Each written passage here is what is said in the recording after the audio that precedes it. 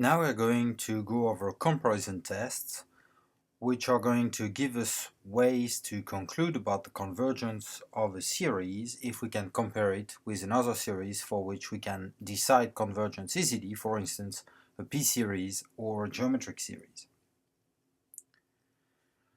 So let's say we want to know if the series from 1 to infinity of 1 over 2 to the n plus 3 is convergent. Well, when n is large, this quantity really is going to be pretty close to 1 over 2 to the n, and adding 3 to 2 to the n when n is large is not changing this number much. So intuitively we expect this to not really depend that much on this plus 3 and really behave like 1 over 2 to the n. But how do we justify this? How do we justify that if the series of 1 over 2 to the n is convergent, then this one should be convergent as well? Well, a simple observation is that when I take the reciprocal of 2 to the n plus 3, it's a reciprocal of something larger than 2 to the n, therefore I get something smaller than 1 over 2 to the n. But that means that if I look at the partial sums for both series, a series of general term 1 over 2 to the n plus 3 and 1 over 2 to the n, because the terms of corresponding index are ordered this way, then I get that the partial sum for the series I'm looking at is smaller than the partial sum for the series of 1 over 2 to the n.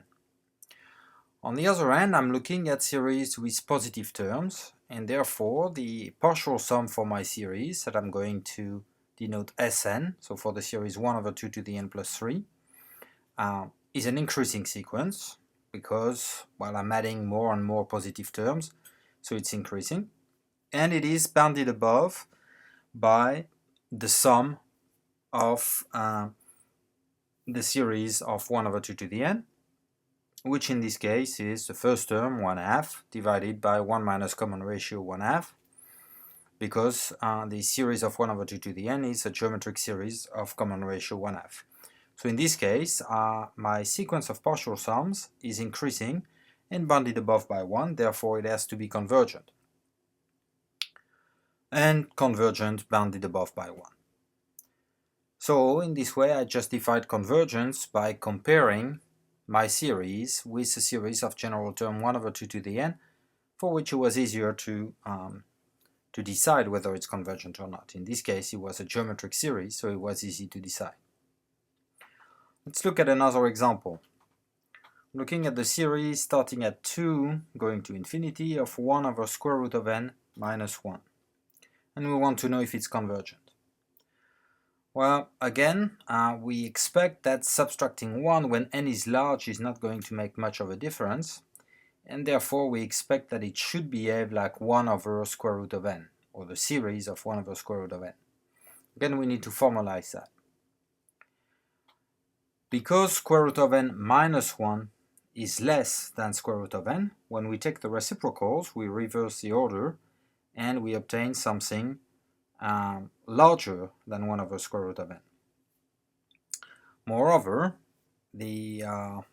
because the terms of corresponding index are ordered that way, we have this comparison between the partial sums. The partial sums for the series of general term 1 over square root of n is less than or equal to the n's partial sum for my series of general term 1 over root n minus 1. But the series of 1 over root n is a p-series where p is 1/2, and in particular it's less than or equal to 1, therefore it is divergent, which means that the sequence of partial sums here goes to infinity, and therefore the larger sequence Sn has to go to infinity as well, which means that my series is divergent. Now these arguments carry over to a more general setting that we will refer to as a comparison test. This is something that applies to series with non-negative terms. So here we take two sequences an and bn of non-negative terms, and if we can compare the terms of corresponding index for all index, then if the series whose general term is larger or equal to that of the other sequence is convergent, then the series whose general term is smaller is going to be convergent as well. On the other hand, if we can still compare and the series whose general term is smaller is divergent, then the series with larger terms is going to be divergent as well. So how do we apply this result? We're going to look at these 5 examples, starting with a series from 1 to infinity of 2 over n cubed plus 4. Well, 2 over n cubed plus 4 I divide by n cubed plus 4, which is larger than n cubed, so I get something smaller than 2 over n cubed. So I have this comparison, and I can easily conclude for the series of general term 2 over n cubed, because this is a convergent p-series, because here it's a p-series for p equals 3, which is larger than 1. So I'm in the first case in my comparison test. Right? The series with the larger terms is convergent, and therefore the series with the smaller terms is convergent as well. So by comparison, my series is convergent. Moving on to the next exercise. The one thing you may ask here is, what are we supposed to compare this series with? So we're looking at the series whose general term is 1 over n squared plus n plus 1.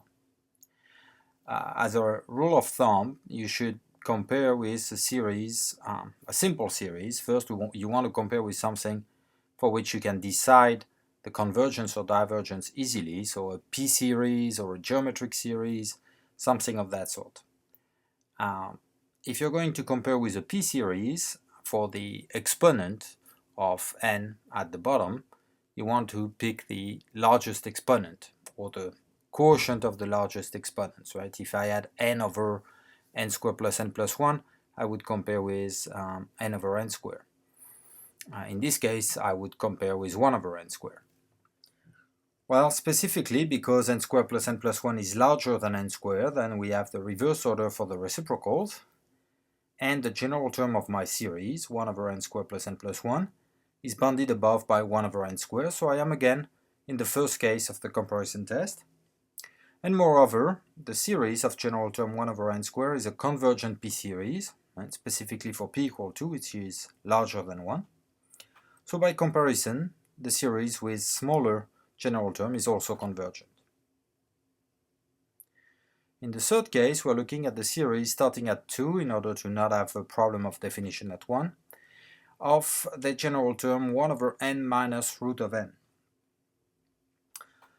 So what are we going to compare that with? Well, a simple observation is that because n minus root n is less than n, when we take the reciprocals, we reverse the order, and we get that 1 over n minus square root of n is greater or equal to 1 over n. And for 1 over n, we can easily decide what is the behavior of the series. Namely, this is a divergent p-series, because p is less than or equal to 1, in this case equal to 1.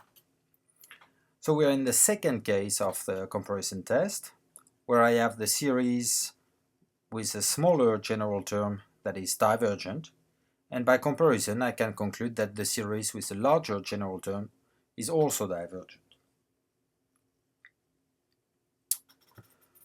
For this fourth example, we are looking at the series of general term 1 over root of n plus 1 n plus 2. Again, the question is, what do we use to compare it with? You want to use a p-series. What you have under the square root is a polynomial in n of degree 3, and the leading coefficient is 1. So we should compare with 1 over square root of n cubed. And here it's easy to compare because, of course, n plus 1 n plus 2 is greater than n cubed. So that means that square root of n plus 1 n plus 2 is greater than square root of n cubed. And when we take the reciprocals, we reverse the order. So we get that the general term of our series is bounded above by 1 over the root of n cubed, which I can write 1 over n to the 3f. And under that form, it is clearly the general term of a p-series.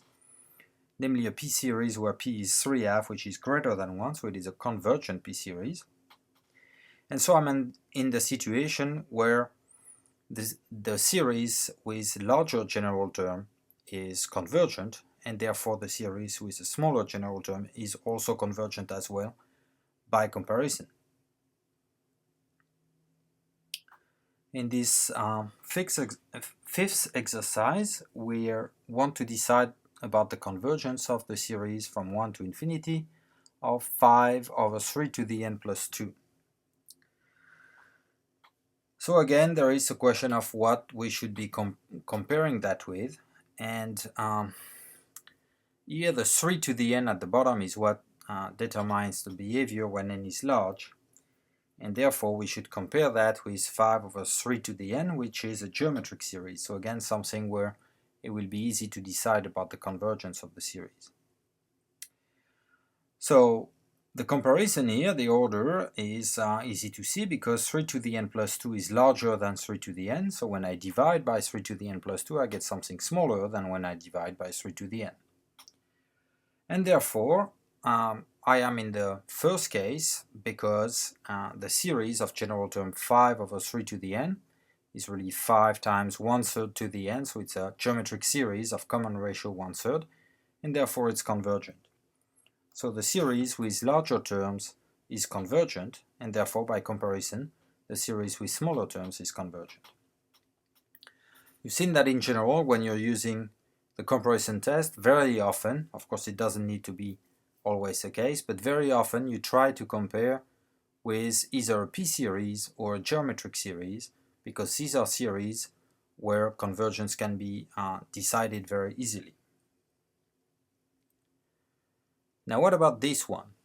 Is the series of 1 over 2 to the n minus 1 convergent? Surely, when n is large, the behavior of this is determined not by this -1, but by 1 over 2 to the n, and then subtracting 1 shouldn't affect the asymptotic behavior very much. So we expect that this series should behave like the series of 1 over 2 to the n, which is a convergent geometric series. So we expect this to be convergent, just like series of 1 over 2 to the n. However, the comparison we have between the general terms is that when I divide by 2 to the n minus 1, which is less than 2 to the n, I get something larger than dividing by 1 over 2 to dividing by 2 to the n. And so we have a problem because we know that the series of general term 1 over 2 to the n is convergent, but that doesn't allow us to conclude anything about a series with general terms that are larger than that. However, these two series should nevertheless behave the same. But we're going to have to design a new comparison test in order to reach this conclusion, namely the limit comparison test, which is what we're going to study in the next video.